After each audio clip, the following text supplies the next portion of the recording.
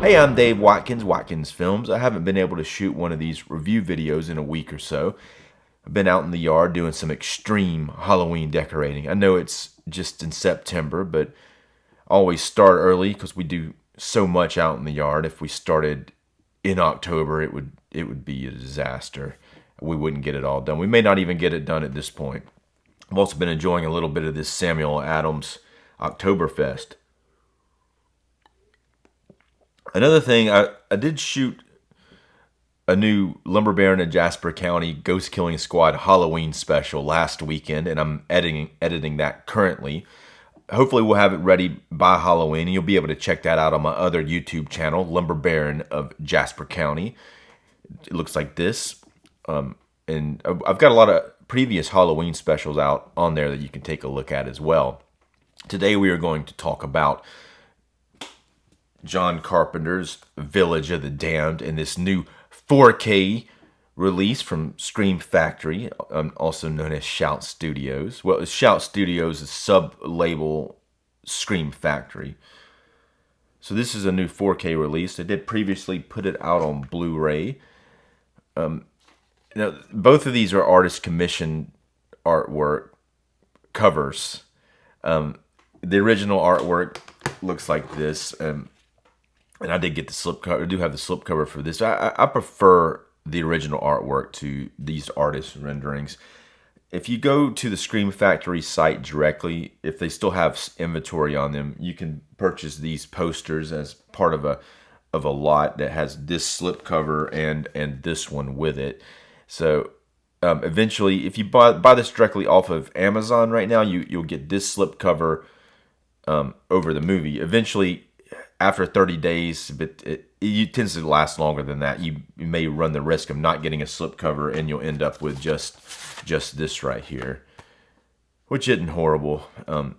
If you don't care about the slipcover and you don't need the movie immediately, it's better to wait. You may eventually be able to get it for around $20. That seems to be the lowest these things tend to go after a while.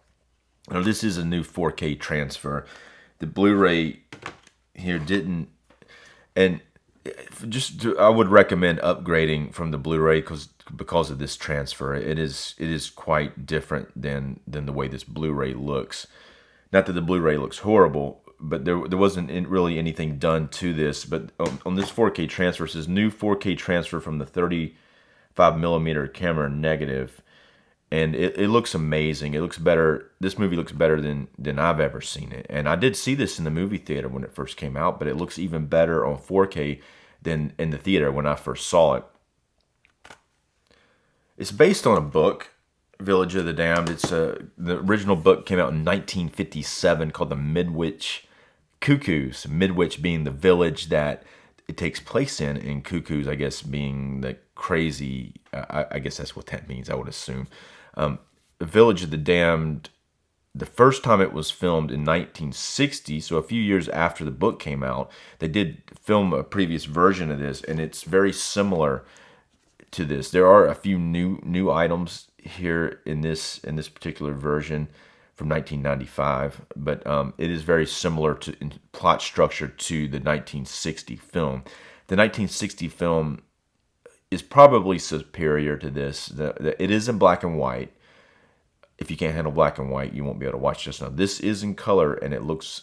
And again, this 4K transfer makes everything just really, really pop. All the scenery in this region, all the greenery, and even like you see people's close-ups. You see a lot more detail, and everything just looks so much better. Now the film stars Christopher Reeve. Now this was his last theatrical performance before he had his accident on a horseback where he was paralyzed for the rest of his life. He still acted in a few other things, but not that much after this.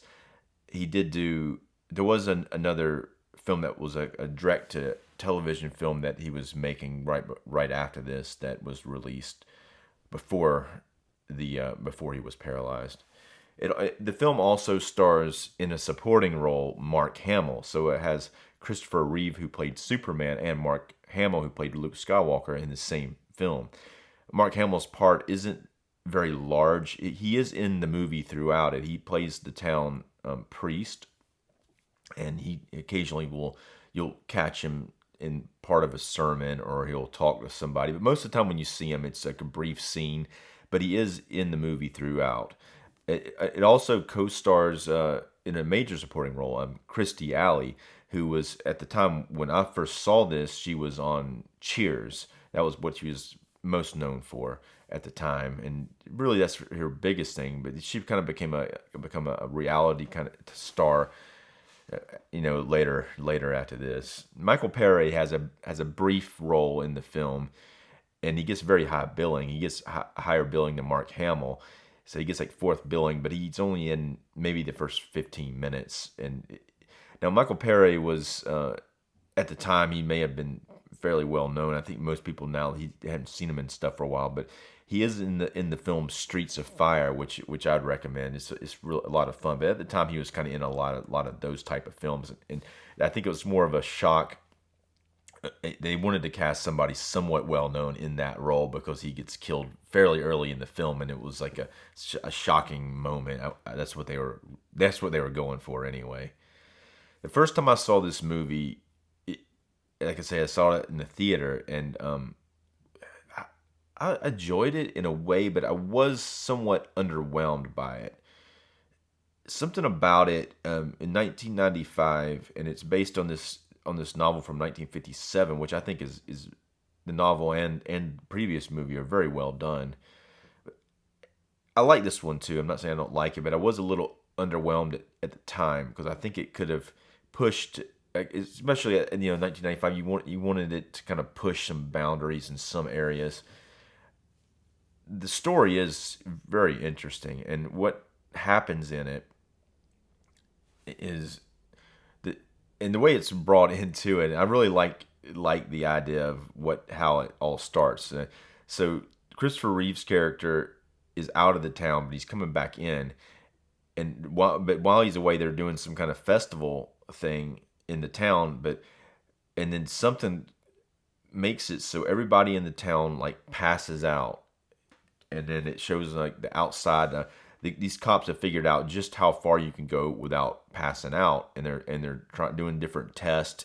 And I really like that part because there's a lot of mystery in this film about why it happens. And I like the way that it doesn't explain everything. It seems to me it does seem to stem from some kind of extraterrestrial force moving in. So after this. When the people eventually wake back up, and then they're able to come back into the town without passing out. But a lot of the women in the town are now pregnant, and when they eventually have the kids, and they have these kids that are very smart, and they have telekinetic powers and other powers, and they can read people's minds. Eventually, they start out as babies, and they start. And they're very they're smart, but they're also they're very dangerous in a way. Say, for instance, like one of them, one of their moms gives them their soup, and it's too hot, and it burns their tongue. So then they use their power, and this is just a baby at the time, like a toddler, and she makes the mom stick her hand in like a boiling hot water and scald herself, which is pretty brutal. And they do pretty good work with some of the characters in this, and then. It's Christopher Reeves. That was Christopher Reeves' wife that happens to it, and then eventually they make her the daughter. His daughter's like the worst one, and she makes the mom like kill herself. So that way because she didn't feel like, I guess she was a very good mom or something. She didn't like her. She wanted to be free, but she doesn't mind Christopher Reeves' character quite as much until later on. Eventually, the kids, when they get into they're probably like 12 years old, and they all look like this. They all have blonde hair, and their eyes like will change colors when they look more like this right here. They'll change colors, and when they're doing their different type of powers to people. And there's also Christy Alley's character is a government scientist.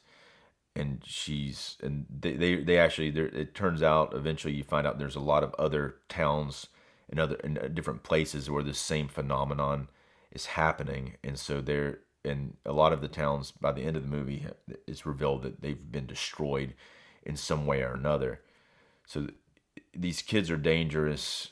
I don't. And the problem is, I guess they couldn't. They become too smart. I think eventually they would wipe out the human race because they're smarter than them. But they also, the problem is they don't have any emotions or any. They're not empathetic. But one of the kids named David in this version, he he doesn't have a mate. All the other ones have a mate, and the one that was supposed to be his mate, she dies during childbirth, so he doesn't have one. So he kind of connects more with his mom than the other kids do, and he does display some empathy in different parts of the film. So that it's a very interesting character, and how they handle that character ultimately. I don't know if I'm probably not going to give away every plot point of the film, but you may have seen it already. But it is very well done, I think, with the way they handled that character, and it does open some new questions to whether or not these alien kids can have empathy, or whether or not they can live with humans without being destroyed, without wanting to take them over. But especially when you only have one and not like a group of them. There's some continuity errors here, I guess, in a way. So I was showing it to my son. He's about 12 years old, and he points this out, and he's like, all these women are pregnant, and then they only have like 9 kids, and the pound population's 2,000, so the math doesn't work out. And so why did not all the women have kids? And I don't know, but I think that really probably the main reason for that is probably going to be a budget thing. And it was also, if you look at the making of documentary on the disc, it does tell you it was pretty tough getting these kids to all look like they have blonde hair and stuff. But the kids do a terrific job. Not all of them talk much. The main ones, like do really terrific work in general.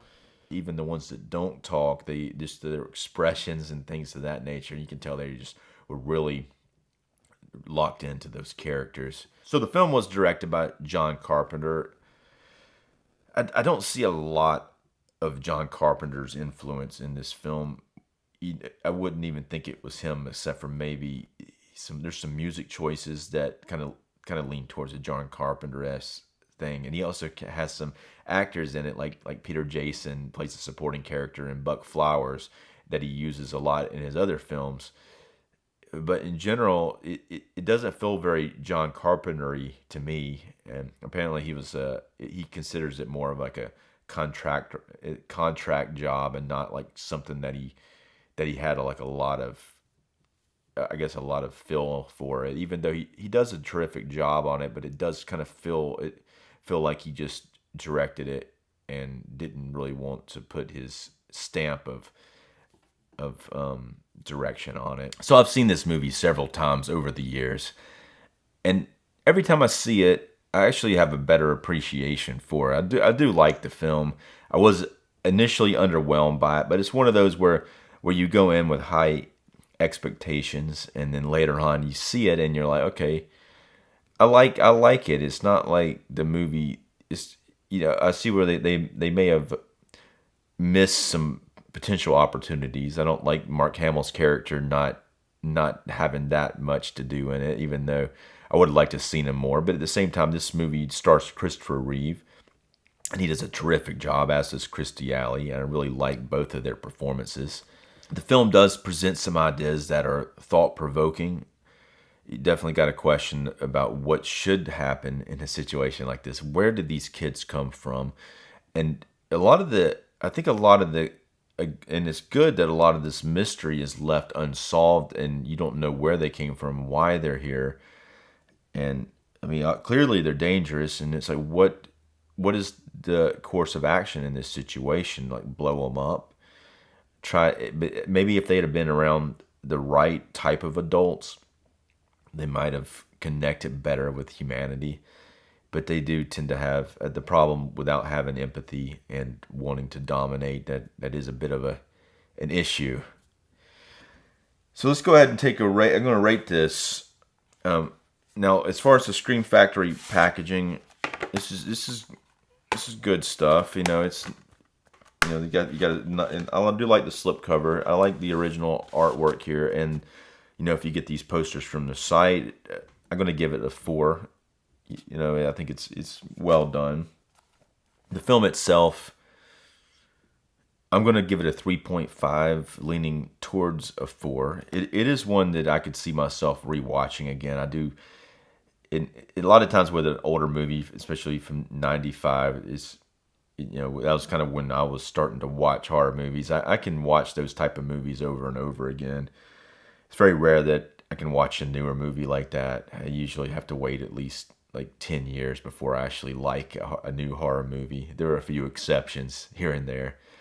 Anyway, if you have seen this, let me know what you think, and if let me know what you think about the movie, and let me know what you think about Scream Factory's new 4K transfer. I'm Dave Watkins, Watkins Films. If you'd like this video and subscribe, thanks for watching.